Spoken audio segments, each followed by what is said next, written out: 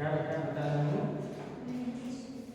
हाँ, नए विश्वविद्यालय की स्थापना।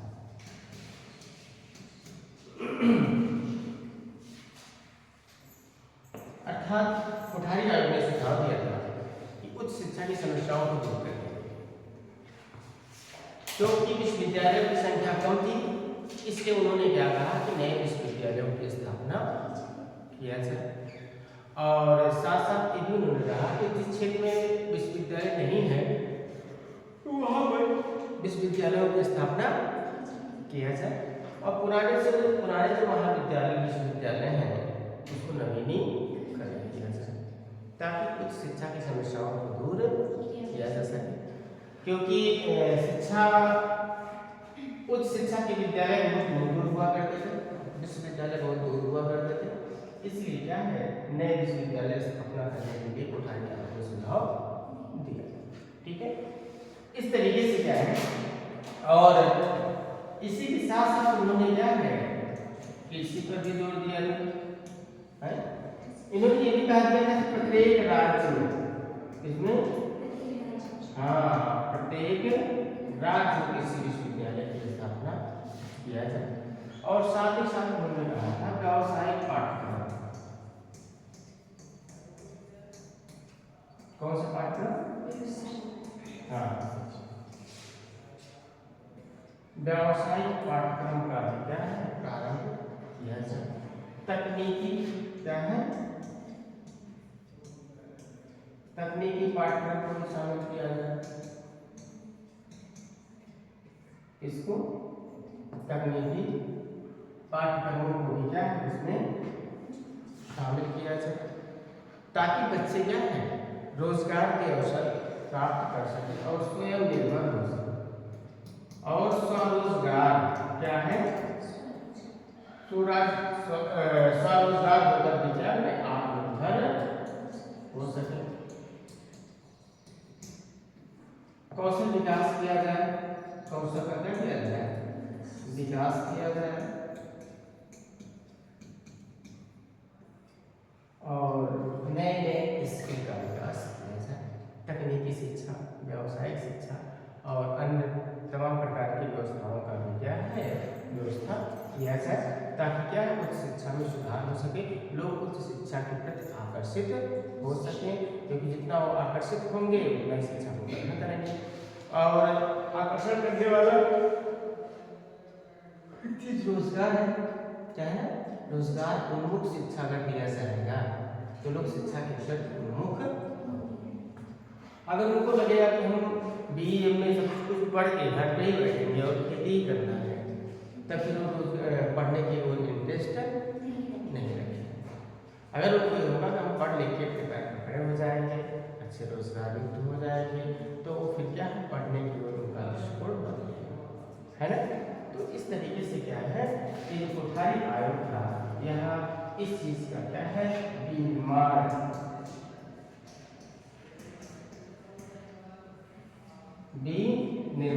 उद्योग का भी उन्होंने क्या है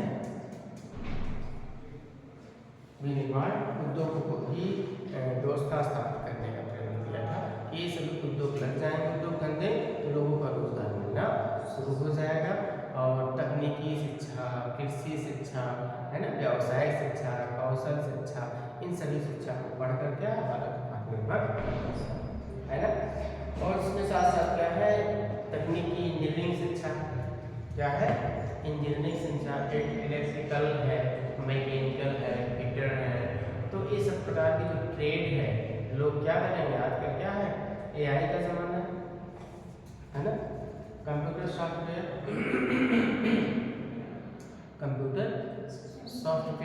अक्सर लोग जो बीटेक और टेक्निक छात्र उसमें जा रहे हैं, सॉफ्टवेयर चुन रहे हैं, है ना, जो भी टेक्नोलॉजी के क्षेत्र में जा रहे हैं, क्योंकि उधर क्या है रोजगार के अवसर अधिक हैं, इसलिए क्या है लोग सॉफ्टवेयर लेना ज़्यादा। तो इस तरीके से क्या है कृत्रिम बुद्धिमत्ता है ना, AI का जमाना है, किसका जमाना है AI का, क्या है आर्टिफिशियल इंटेलिजेंस कृत्रिम बुद्धि क्या है?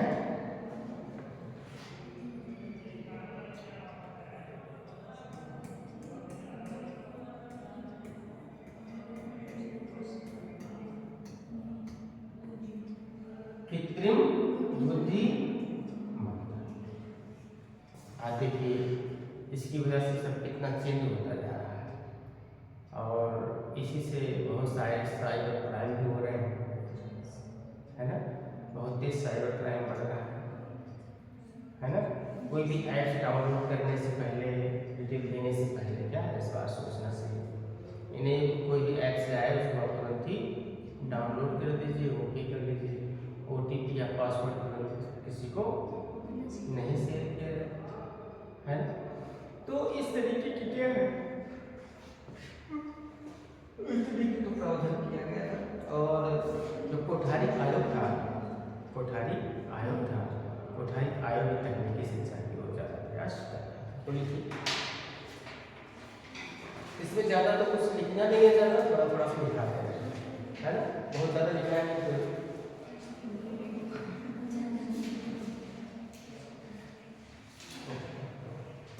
हेलो,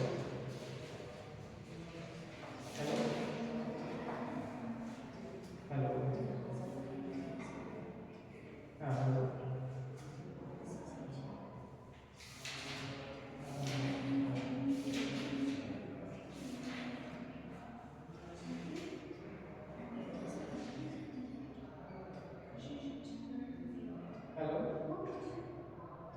बोलिए।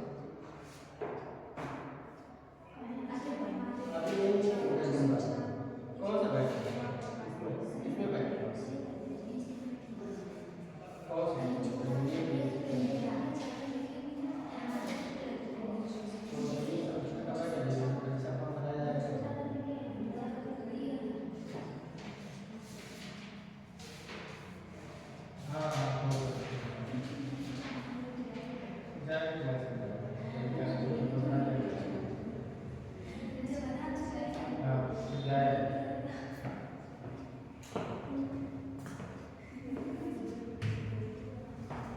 कहाँ के लिए बोल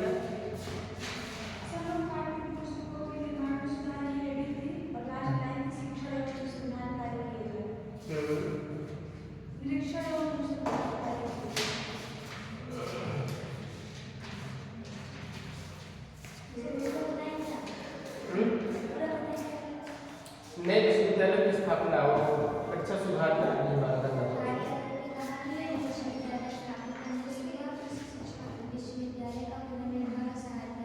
अच्छा यहाँ तक हो चुका था, उसके आगे देखो पैराग्राफ चलिए। कोठारी आयोग ने, कोठारी आयोग ने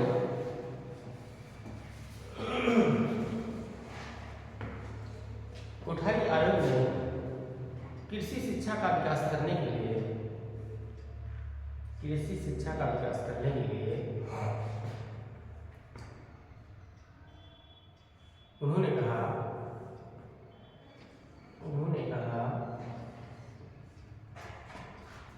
प्रत्येक राज्य में, प्रत्येक राज्य में एक कृषि विश्वविद्यालय,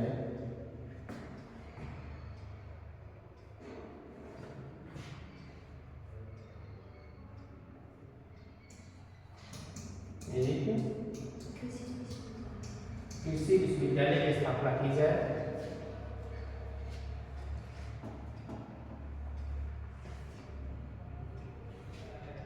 पॉलिटेक्निक शिक्षा की व्यवस्था किया जाए,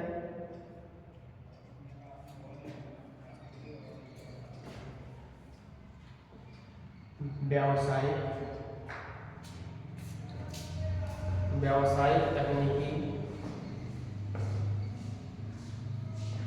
तथा इंजीनियरिंग शिक्षा,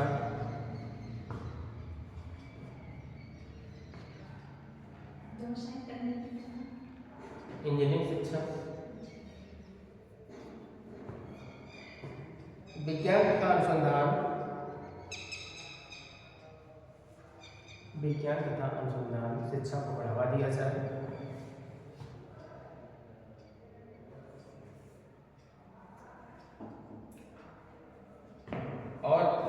शिक्षा पर ध्यान केंद्रित करते हुए कहा,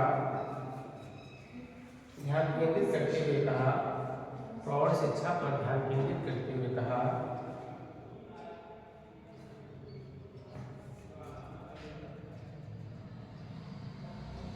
जो निरक्षरता व्याप्त है, प्रौढ़ों में व्याप्त है,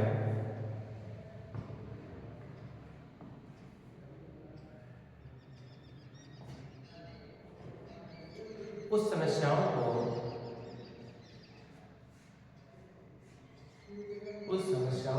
निराकरण करने के लिए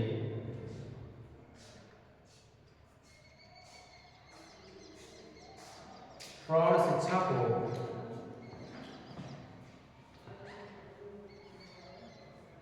व्यापक स्तर पर विस्तार किया जाए,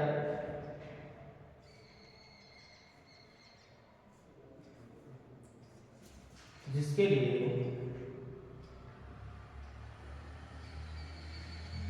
संगठन एवं प्रशासन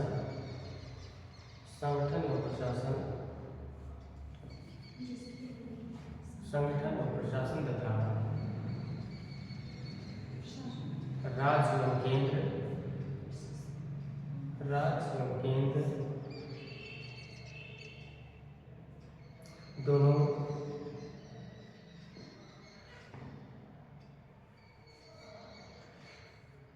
समन्वय स्थापित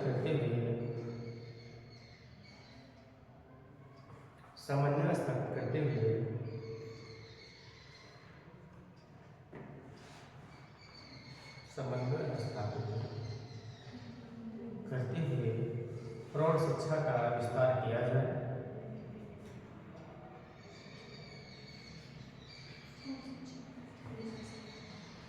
और उसी के साथ छात्र कल्याण सेवाओं को प्रारंभ किया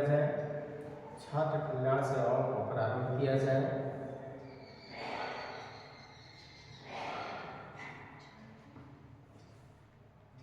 जिससे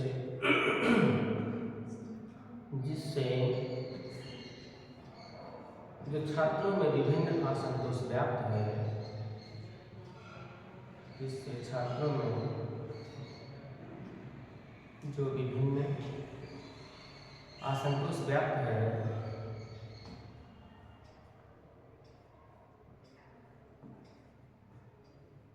उसका निराकरण करने के लिए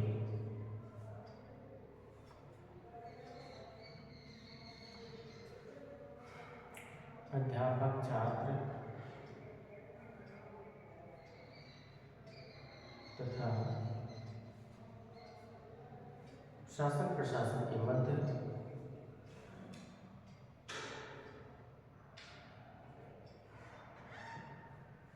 पारस्परिक संबंध के द्वारा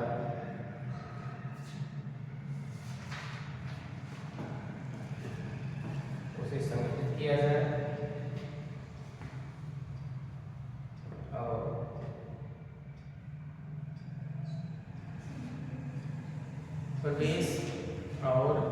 प्रवेश प्राप्त छात्रों की समुचित देखभाल की जाए,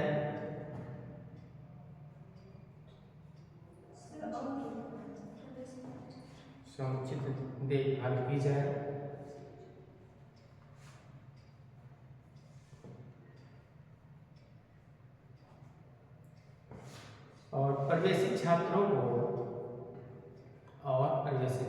की चिकित्सीय सुविधा उपलब्ध कराई जाए,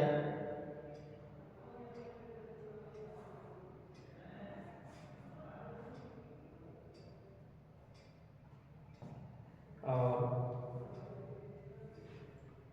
उन्हें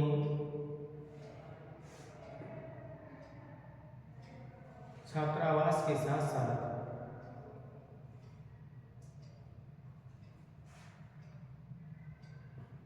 प्रवेशित छात्रों को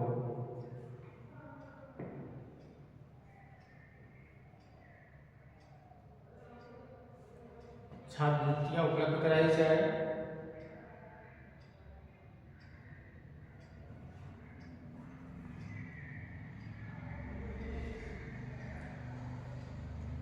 और साथ साथ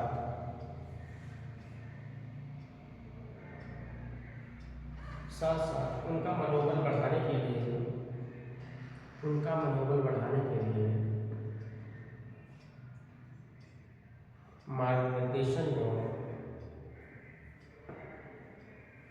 मार्गदर्शन एवं समय समय पर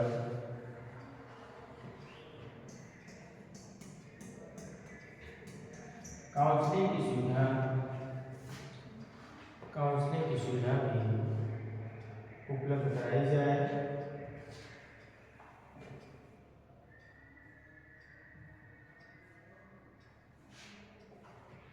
काउंसलिंग की सुविधा उपलब्ध कराई जाए और पाठ्येतर क्रियाएं और पाठ्येतर क्रियाएं जैसे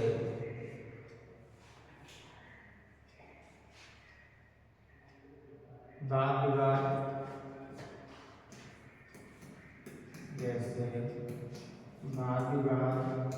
खेल प्रतियोगिता,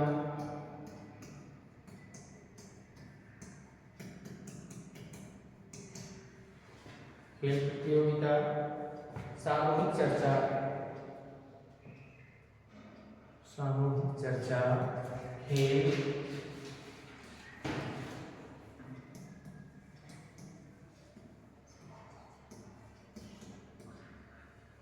सामूहिक चर्चा और शिविर,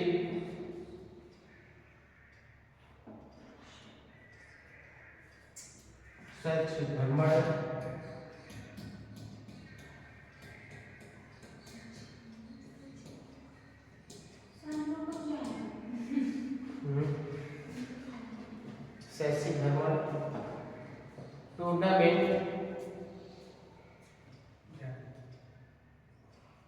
टूर्नामेंट आज का संचालन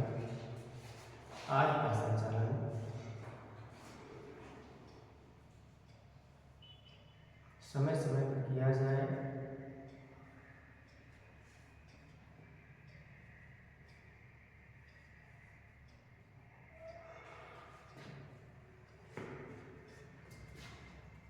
छात्र संघ को अनुशासित भी किया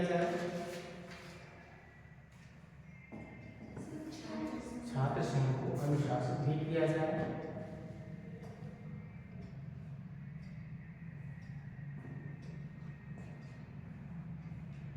जिससे छात्रों और विद्यालय के मध्य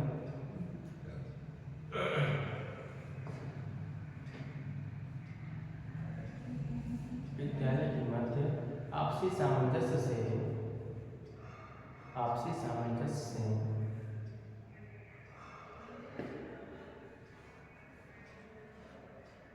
समस्याओं को दूर किया जाए। आपसी सामंजस्य से समस्याओं को दूर किया जाए तथा अनुशासन के रूप में छात्र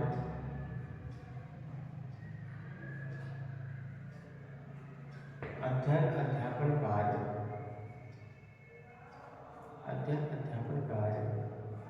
संपन्न कर सके।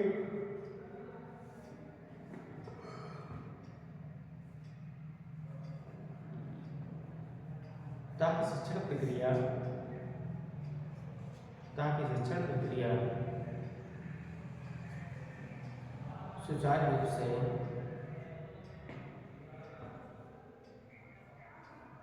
नियमित होकर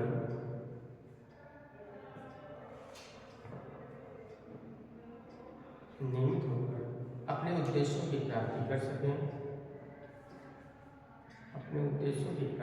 सकें।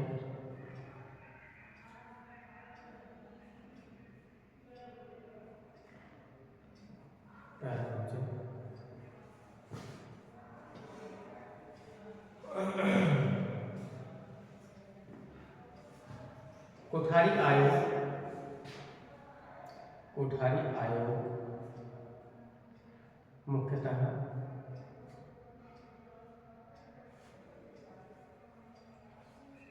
शिक्षा के सर्वतोन्मुखी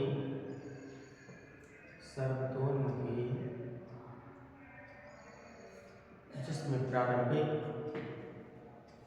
माध्यमिक एवं उच्च शिक्षा के साथ साथ शिक्षण प्रशिक्षण, विद्यालय प्रबंधन, पाठ्यक्रम,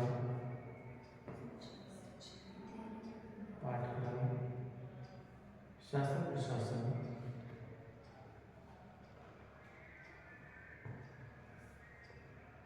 तकनीकी व्यावसायिक,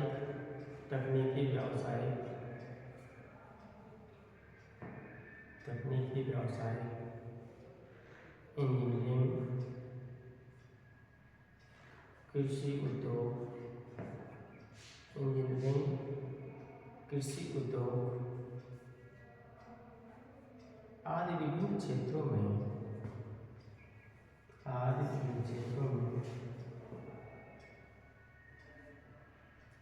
व्यापक रूप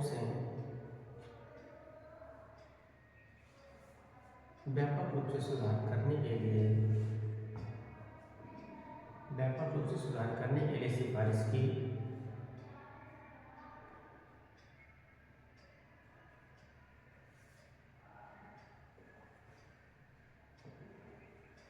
और साथ ही साथ स्त्री शिक्षा को भी शामिल करते हुए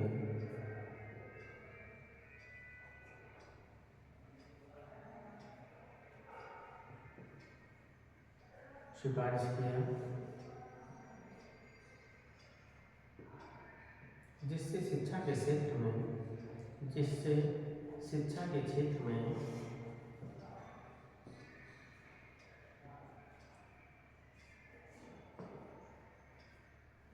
आमूलचूल परिवर्तन हुआ।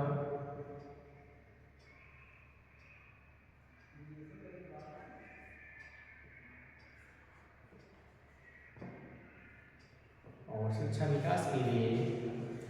के विकास के लिए एक नया ड्राफ्ट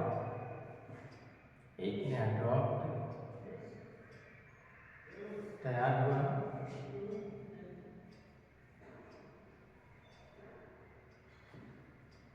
जो शिक्षा के क्षेत्र में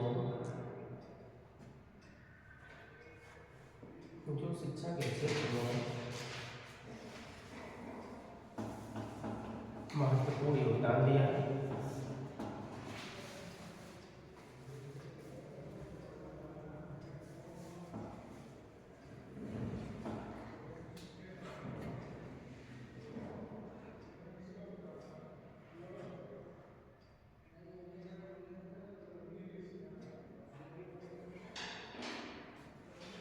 ठीक, ये आपका हो गया कोठारी।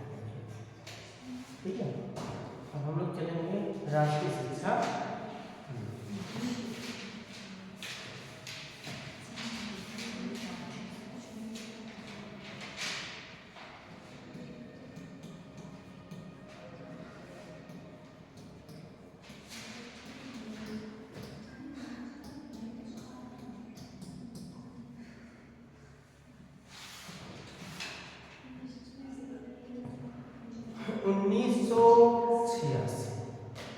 पहली बात इसमें क्या लगा होगा, राष्ट्रीय।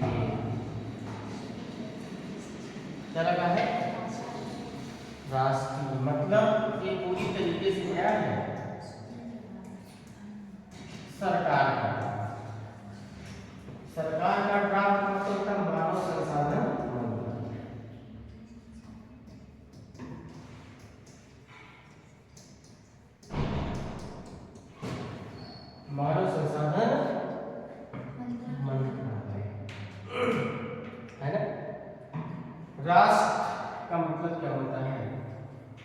राष्ट्रीयता, राष्ट्र अर्थात राष्ट्रीयता।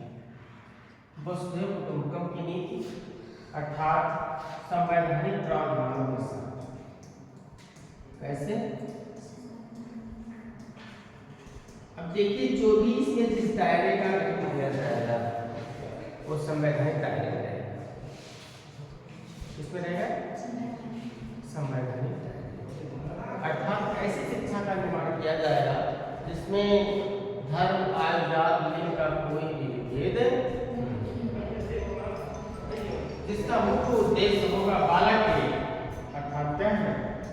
बौद्धिक, चारित्रिक, नैतिक, है ना, आत्मिक, सामाजिक, आर्थिक, राजनीतिक चीजों का विकास, व्यक्तित्व का पूरा पूरा विकास। तो ऐसे राष्ट्रीय शिक्षा नीति का गठन किया जाएगा। ऐसा राष्ट्रीय नीति का गठन किया जाएगा जिसमें क्या है?